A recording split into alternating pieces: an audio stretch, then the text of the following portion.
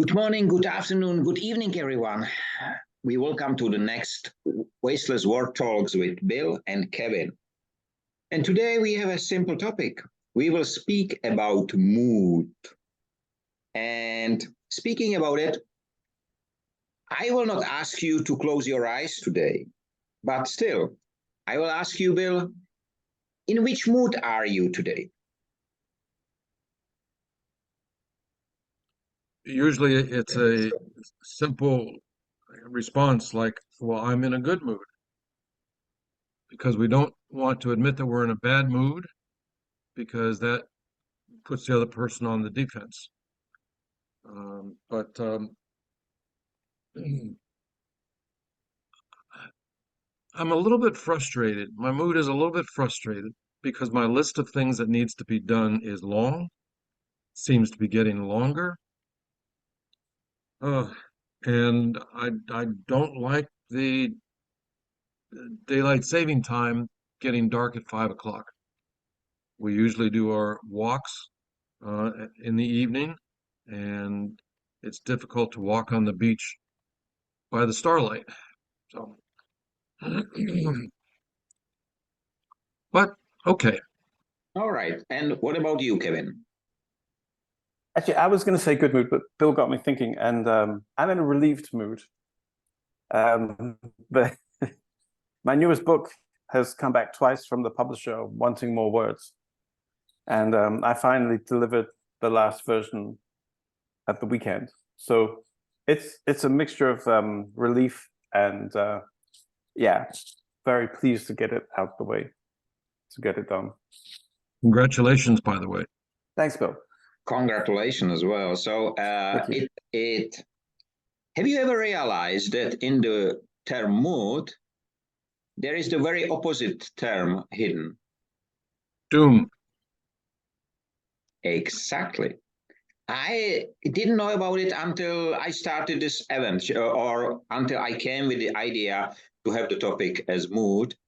Then I didn't realize there is doom inside. And there was a very interesting discussion today about the same topic, because, you know, it seems like we need both.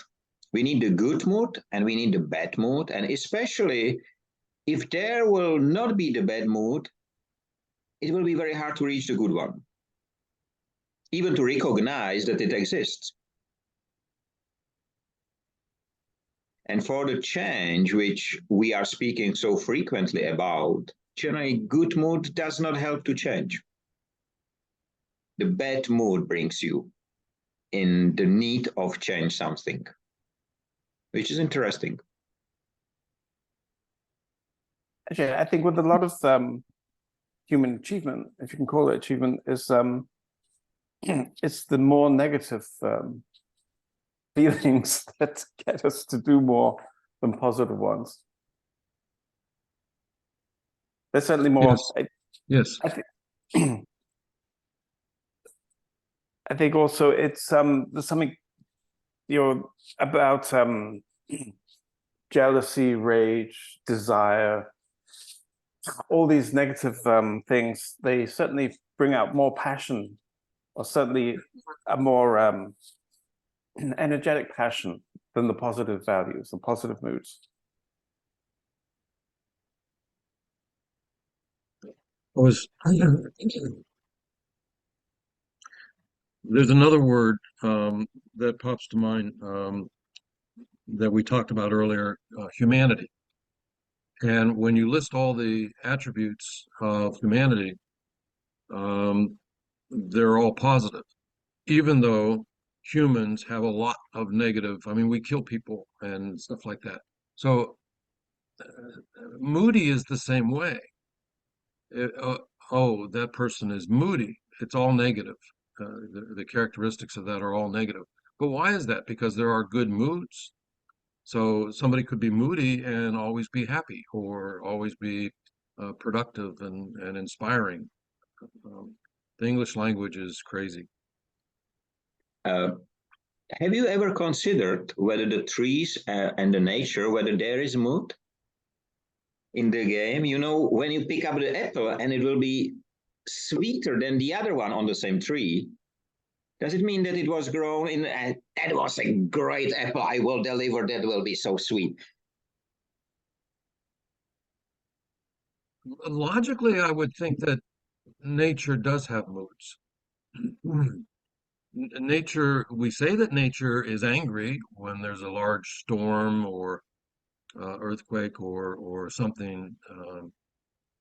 But even trees, for example, we've recently learned that trees and bushes that are planted in the ground communicate with each other through the root system. And we know that if one tree senses a predator, a beetle or something like that, that it will communicate that fact. I don't know how we know that that's what it's communicating, or maybe it's just communicating fear. But I suspect that much of nature has moods. What do you think, Kevin? I think so too. I think certainly with the more advanced animals, they certainly show Right. joy, happiness, sadness. They experience moods similar to us. I'm positive of that. On the other hand, in the last discussion, we ask ourselves, do we recognize this stuff? Do we recognize if nature is this or that, or whether it needs, I think it was discussed in the connection to deliver results and similar stuff. So we don't know. We don't know. Today, I have a quite interesting moment, you know. On December 31st, 2019, Prince William announced the existence of the Earthshot Prize. They call it the Decade of Change, or the first Nobel Prize for Ecology. Then they wasted 2 years before they started. That's another story. So I was thinking at the time, because I sent him a message 30 minutes after he finished, but never received a reply. They just adopted part of my work in their skin.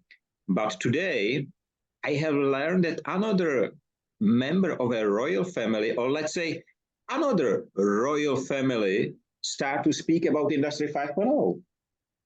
And I was very positively surprised. It is, how they are called, United Arab Emirates. And they have I don't know if it's princess. I know it's the wrong title, but a member of a royal family have an interview for Oxford Business Group, and she mentioned Industry 5.0. It was not questioned by Oxford. It was her answer where she speak about Industry 5.0. It was very interesting. So I hope they will do the right thing and they will connect with the right man. I am sure, one thing I'm sure, if she will visit me in my office, she has never in her life seen anything like that.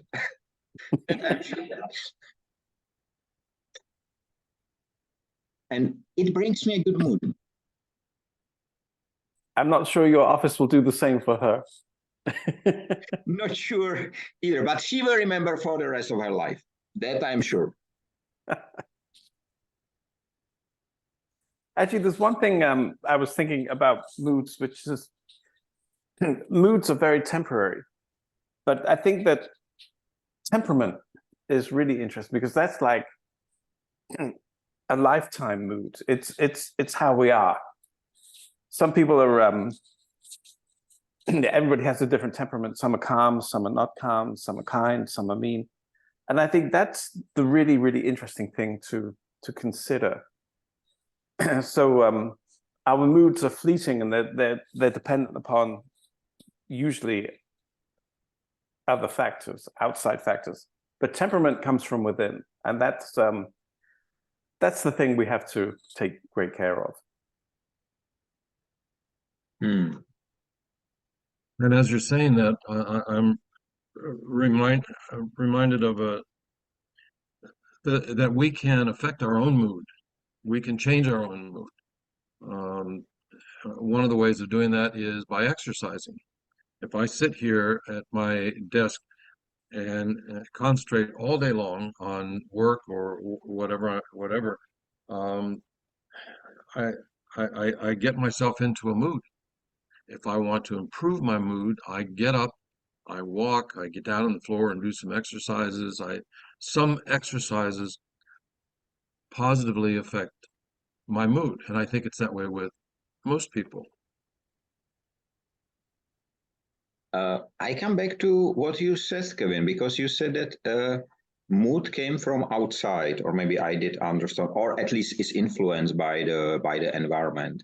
In the discussion which I had at the noon time, I had there a very interesting man, Indian, who is in Saudi Arabia at the moment for a long time. He speaks 10 languages. That's quite interesting.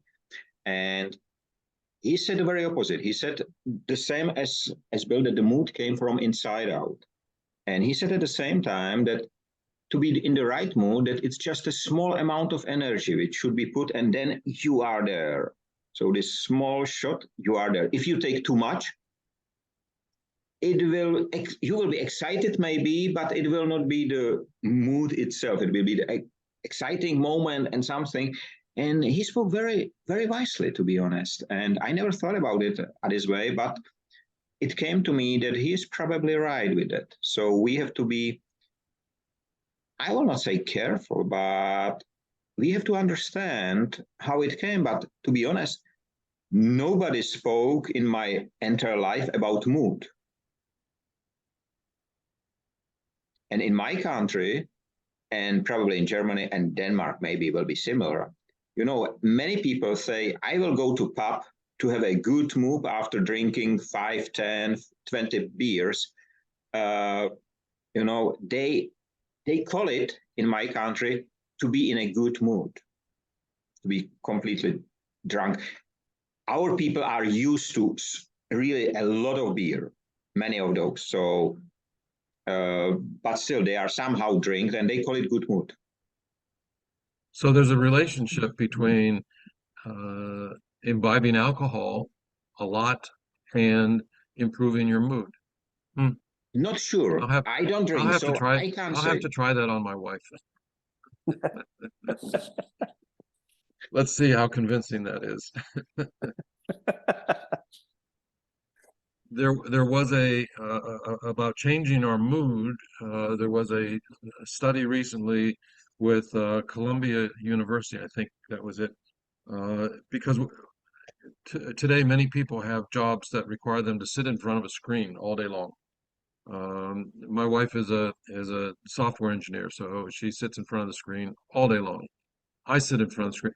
So they did a study with, I don't know how many people, but they asked some of them to get up and move every 30 minutes.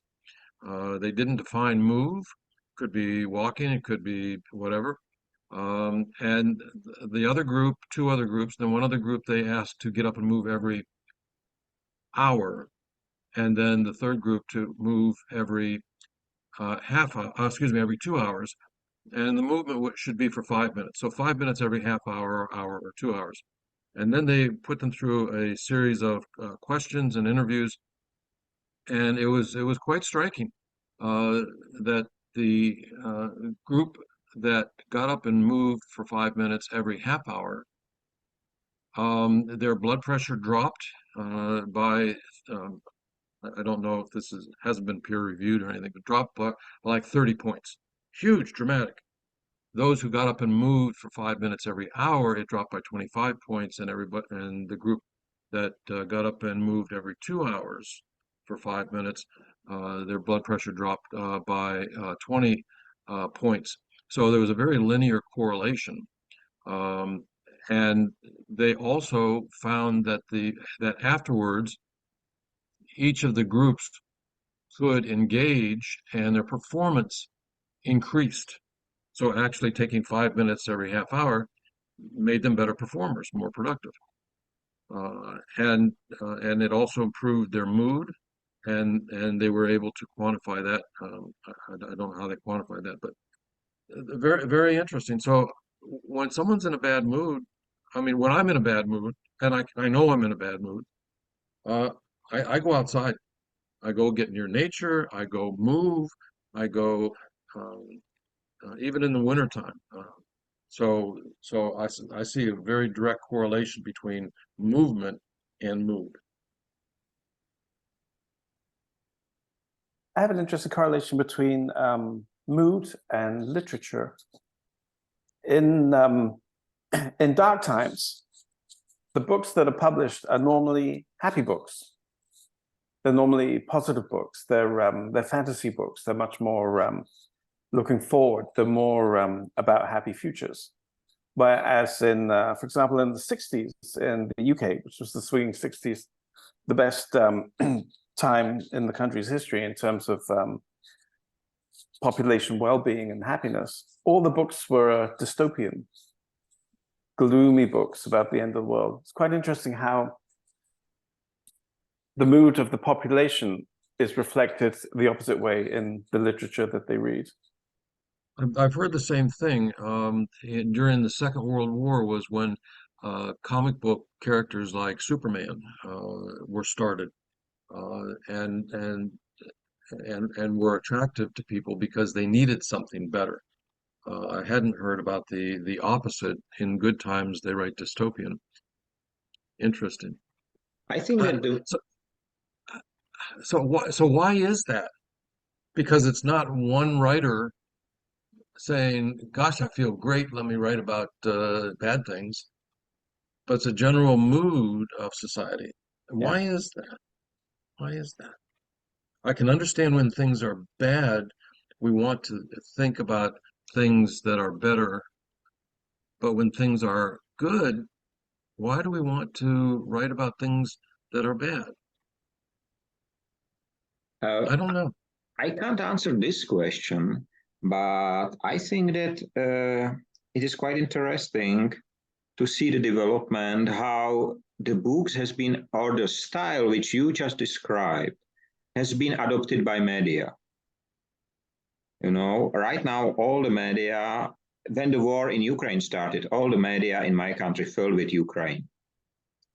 Today, still there, and edit Israel war.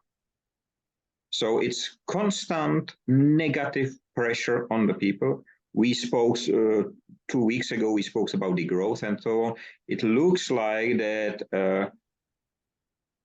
I will say someone's intention is to really completely influence the society in a way which is of advantage for someone.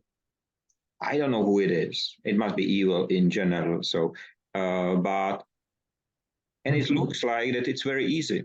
You just put the right news in the right moment, and it is there, and you change the mood of entire nations, entire world generally. Just now before we met, there was on LinkedIn or Twitter, I don't know, there was I think it was LinkedIn even. There was a snapshot from Gaza or somewhere there, where there has been water bottles on the street and a truck, a broken truck. And the comment was, the United Nations, NATO and US bombarded a convoy, humanitarian convoy delivering water to Gaza. There was a comment, something like that. You know, and immediately you know what will be the reaction of 99% of people. So I don't think this adoption is right. And I think that it's important to understand that the mood to come from inside out. But it's probably very easy to be influenced by external things like the alcohol, like what I read, what I see, and so on. And the question is, can we protect our mood against those? I haven't read or watched a single news item, documentary, anything about what is happening in Gaza, because there is no way we'll find out the truth. There is so much propaganda going on that I've avoided it all. I try to do, I don't read details, but unfortunately, even if you scroll, you see the picture. So it's, And just a few days ago, yesterday, I opened Twitter on my computer, and it was the best Twitter I ever saw. It was just a white screen with the X in the middle. And it was there for 8 hours, you know, it did not reload, something was broken. And I make a screenshot and I wrote to Elon, finally, you have a tool which does not encourage brutality or whatever, the wrong moves and so on. And I thank him for that. Unfortunately, it was repaired after 8 hours. So, but for this 8 hours, Twitter was the best social media in the world. I don't think you'll be getting a Christmas card from them. Not sure. Probably not the new Tesla, whatever it's called. Oh. So one of the remedies also is, we talked about this earlier, teaching ourselves and our children to be more discerning, to more aware of other people trying to influence us, and the influences of social media, teaching them to be more aware and to look past the attractive or the awful scene that's being played out, or the awful scene that's being related to us, to look beyond it and to be able to say, no, that doesn't pass the sniff test. There was something that came out of the Palestinian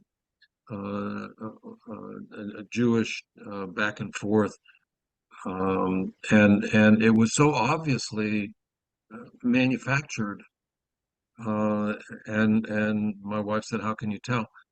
And there were 3 or 4 things in that one little sentence that were just wrong. I mean, and so, but that's something that we learn. Us old men have been through many pains, and so we're a little bit smarter now. But how do we teach that to our grandchildren, and how do we teach that to the rest of society? I have a good friend who's a little bit off the deep end as far as believing all the things, the QAnon and so on. And he says, but they're trying to control us. And I said, John, people have been trying to control us for all of history. In the Middle Ages, it was the Medicis and the Pope and there's always somebody trying. That's not changed. That hasn't changed. You throw social media into that. But then 50 years ago, they threw television into that mix. So the tools change and get more advanced, but people are always trying to influence us, and we can either go along with it or participate in it or choose not to. And I choose to try to make everybody as aware of the evidence that you should be using when you say, doesn't pass the sniff test. Yeah, it's interesting because a lot of things we come to believe in a lifetime, and I believe in ghosts, but I don't believe what I read in the newspapers. And yeah. A logical person would not understand that statement. There was a quite interesting point at the end of the discussion at the noon, and there was, okay, so how can we, because I put the same question, how can we protect ourselves? And it was quite interesting. We start to talk about meditation, and they said, okay, so let's learn how to meditate, because you can concentrate on one thing and so on. And because the people know how to meditate, they call it easy. But one of the hardest things when I speak with people, and you speak about the Zen, Buddhism, and meditation and similar stuff. So one of the tools, I am asking, can you not think? And they say, no, it's impossible. Because you have so many thoughts in your head, and it's a millions of those every second. So they said, it's impossible not to think. I do it. Even now, I'm not thinking. And there is a very special tool. It's again a very simple tool. You need to concentrate on one and only thing. It can be the flame of a candle, or it can be part of your body, no matter what. Only one. You can start with few seconds, then you will go for 1 minute, then you will be able to do 10, and then you are away. Because if you can think on one item only, it's so easy to switch it to nothing, because it's just one thing to put away. And it's quite interesting. I recommend it everyone, because it's hard. It's really hard, because we have the head full of thoughts. But it's possible to learn. This is why I don't think I'm thinking right now. I'm just speaking. It's I call it the censorship-less writing and speaking. I don't think about it, and it's quite interesting. So I think that if we teach the people not to think in a positive way, because if you say to someone, "I'm not thinking," they will say you are crazy. So they will call the ambulance. But it's not the thing. It's really different. And it's very, very, it's making you free. So maybe this should be taught in the school and everywhere. What is interesting, if you have people who are doing, for example, and when you work on a band, production band, and they do all the day some things, all the time the same movement, they do not think. They do not think about this movement anymore. They are able to do the work and think about something very different, or don't think at all. And the fact is that alcohol, I think so, I never tested, but I think that alcohol and drugs in some way switch the thinking off, or switch it to different mode. I don't know, at least when I read some of the books about the hallucinogens, or what is the name, mushrooms and so on, from Mr. Castaneda and other people, I think this is something like the switching the mode in not thinking. But not sure, I never tried, and I will not try. I have my simple way how to switch it off. And it's good on meetings. The never-ending ones, the best. Actually, thinking from that, Michael, and getting back to mood in the news, I think that perhaps one simple sniff test is, if the news makes you angry, then you're probably being manipulated, and it's probably not true. That's interesting approach. And thinking about it, yes, many news are there to make you angry. Yeah, they're not there to put us in a good mood. One of the things that I've become more aware of in the last few years is clickbait. That the news uses you, or uses its news story to get you to click onto the article, and the news. So they'll say something like, "What did the president do yesterday? What disturbing thing did the president do yesterday?" Well, I want to know what that is. So I click on the article, and way down at the bottom of the article, after I've scrolled all the way down, is usually some fairly innocuous thing, but they use the clickbait to get you to click on it, because they're being paid by the number of clicks. The marketing has used this for a long time, and I hate those things where it says, what are the top 3 universities in the country? Well, I want to see if my university's on there, so I'll click on that. And then they go through all this text, and way down at the bottom, oftentimes you'll have to click multiple times to get to the real answer. And it is so frustrating that as soon as I recognize clickbait, I go someplace else. I'm not going to follow that. But they all use it. The big news networks use it. I watch BBC, I watch CNN. They all use it, and I just detest it. I think that the clickbait has one more function today. It generally should move you to say someone else. Have a look, I have seen that.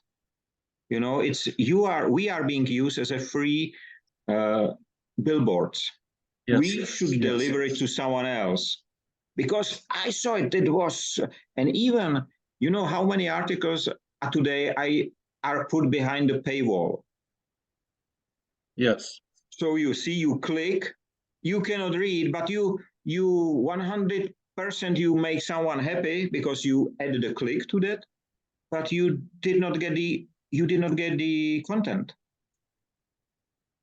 And now they have your name, and you're going to get bombarded with more articles similar in nature.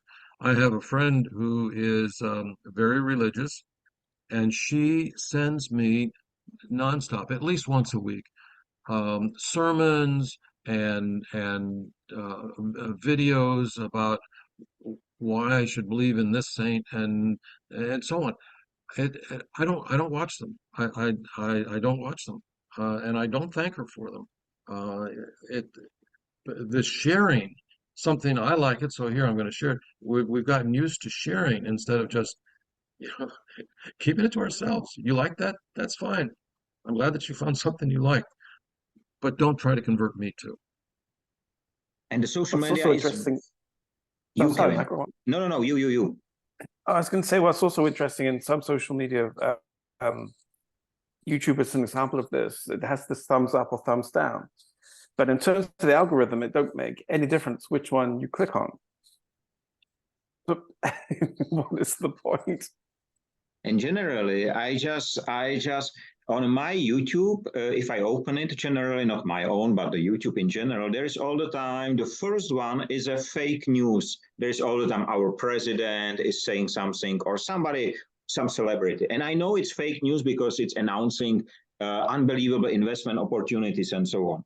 I reported 5 times. 5 times I receive information, yes, thank you, you did well, and so on and so on. And the next day is the same there. And yesterday I came to work in the morning, I opened LinkedIn, and there was again the message, sorry, your LinkedIn was blocked because you are a robot, or you are using tools which are looks like robots generally. And it will be, and there was a new sentence, it's locked until, and there was a time, it was 9 p.m. US time generally. So I know I have 1 hour free without LinkedIn. And then it jump in again. But it's you know, when this happened to me the first time, I was, of course, my LinkedIn is closed. So I use it as a main tool. So it was unpleasant. Yesterday it was the 13th time. And you know, it became habit. So I feel uncomfortable when I did not receive anything in a month. So that I did not fulfill the role of the consumer probably. But you are right. So I think that to understand that we are again misused by social media are built on the simple forwarding. You just click and it's forwarded.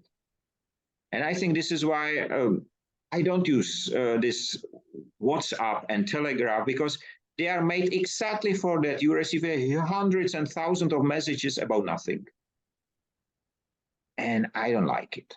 I don't like it. And it does not make me happier. So my mood does not go up, it go down. And it makes me to think more deeper why I have it at all. So uninstall it maybe is the best way. But interestingly, it's they say this, the effect if you post something in Instagram and you get a lot of positive feedback, that becomes quite addictive and it is mood enhancing. I think it releases dopamine into the brain or something like that. TikTok is based on this. And just yesterday announced TikTok, which was specialized for 1 minute or 2 3 minutes, that they will change up to 1 hour content. Now they use this frequency. I just wonder whether the Chinese president will use it, because he announced that one child policy is not good. So he encouraged the Chinese to have more children. So maybe we will see some change in China using the, let's say, the emotional clickbait to make more children, to escape the downsizing of the population. That's very interesting. So we started with mood. You know, when I was growing up, so maybe in the late 60s or mid 60s, we had a toy that it was called a mood ring. And it was actually a ring that you wear on your finger. And it had some sort of plastic or glass on the top of it that actually changed color. Supposedly changed colors depending on your mood. So if you were angry, it would be red, and if you were very happy, it would be yellow, and so on.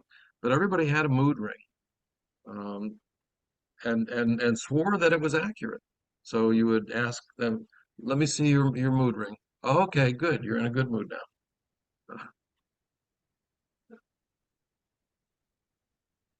Maybe not a bad idea to implement it again, you know. So then when we have the closed circuit television watching the pedestrians on the sidewalk with facial recognition, if we required them all to wear a mood ring, then we could tell if they were happy or not. Just like in the Chinese classrooms, they have begun to wear the headbands, which the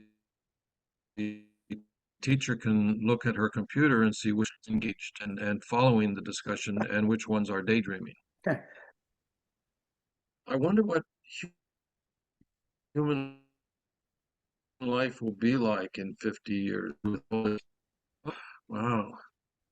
But in my experience, German women don't need them, because there is no need to guess at all what mood they're in. They make it absolutely clear. And it actually makes life so much easier. On the other hand, I was going to say that might be a very good thing. Yeah.